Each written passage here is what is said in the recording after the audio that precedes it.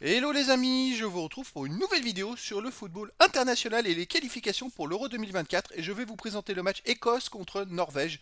C'est un match qui a lieu ce dimanche 19 novembre 2023 à 20h45 pour le compte de la 10e journée du groupe A.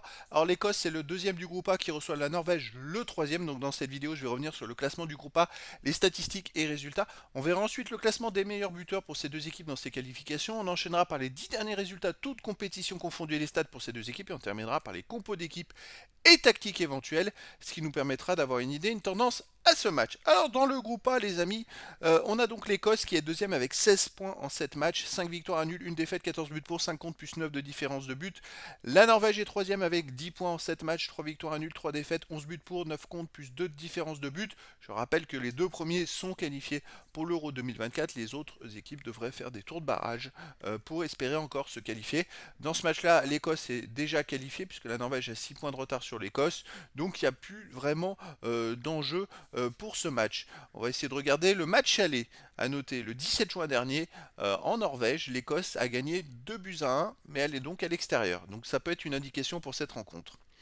Au niveau des buteurs, on a McTominay pour l'Écosse qui a 7 buts en 7 matchs, 5e meilleur marqueur de ses qualifs. C'est pas mal. Hein. Haaland pour la Norvège, 6 buts en 5 matchs, 7e. Après, on a des joueurs à 2 buts et un but pour les deux équipes. Au niveau des derniers résultats, toutes compétitions confondues sur l'Écosse sur les 10 derniers matchs, c'est 5 victoires à nul, 4 défaites. Alors sur les 4 derniers matchs, les 17 buts marqués, 14 encaissés plus 3 de différence de but, mais sur les 4 derniers matchs, l'Écosse a fait 3 défaites et un match nul, alors qu'ils avaient enchaîné 5 victoires de suite jusqu'à la 5e journée, ce qui leur a permis de se qualifier d'ailleurs. Depuis, ils ont fait 2 matchs amicaux perdus, contre l'Angleterre et contre la France. C'était peut-être un peu pour cet été contre des équipes un peu plus fortes, mais ils ont quand même battu l'Écosse, l'Espagne à la deuxième journée, le 28 mars dernier, 2 buts à 0. Hein. Et puis ils ont fait un match nul là, la 9e journée, contre la Géorgie chez eux. Donc ça va un peu moins bien, on va dire. La Norvège de son côté, c'est le contraire. Sur les 10 derniers matchs, c'est 5 victoires de nul, 3 défaites, 20 buts pour 10 contre plus 10 de différence de but. Depuis le retour d'Aland, ils ont même gagné 5 de leurs 6 derniers matchs. Bon, dedans, il y a 2 matchs amicaux. Ils ont pris du retard au début parce que dans les 3 premières journées, ils avaient pris qu'un seul point.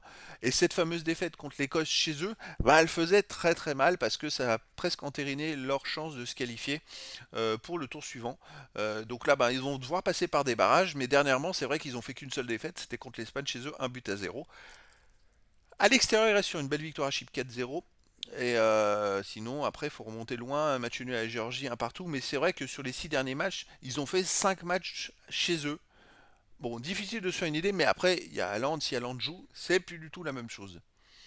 Au niveau des compos d'équipe et tactique, alors pour l'Écosse, ça serait du 3-4-2-1 avec gardien Kelly, défense Porteous, McKenna, Cooper, milieu terrain Ralston, Taylor, Armstrong et McGregor en milieu défensif, milieu offensif McGinn et McTominay, attaquant Shankland. Et pour la Norvège, ce serait du 4-3-3 avec gardien Dingeland, défense Wolf, Ager, Oestergaard, Östigar, pardon, Ryerson, milieu de terrain Hornes, Berge, attaquant Eliounousi, Larsen et Bob. Donc il n'y aurait pas, peut-être pas normalement Haaland. Verdict, écoutez, sans Haaland, c'est plus la même chose. Moi, je viserais une victoire de l'Écosse avec Haaland, je suis pas sûr. Donc les amis, ça va être un match pour du beurre. Mais voilà, je vous donne rendez-vous ce dimanche 19 novembre 2023 à 20h45 pour le match de la 10e journée du groupe A pour les qualifications pour l'Euro 2024. L'Écosse, deuxième du groupe A, reçoit la Norvège, le troisième. Voilà les amis, je vous dis à très bientôt pour une nouvelle vidéo.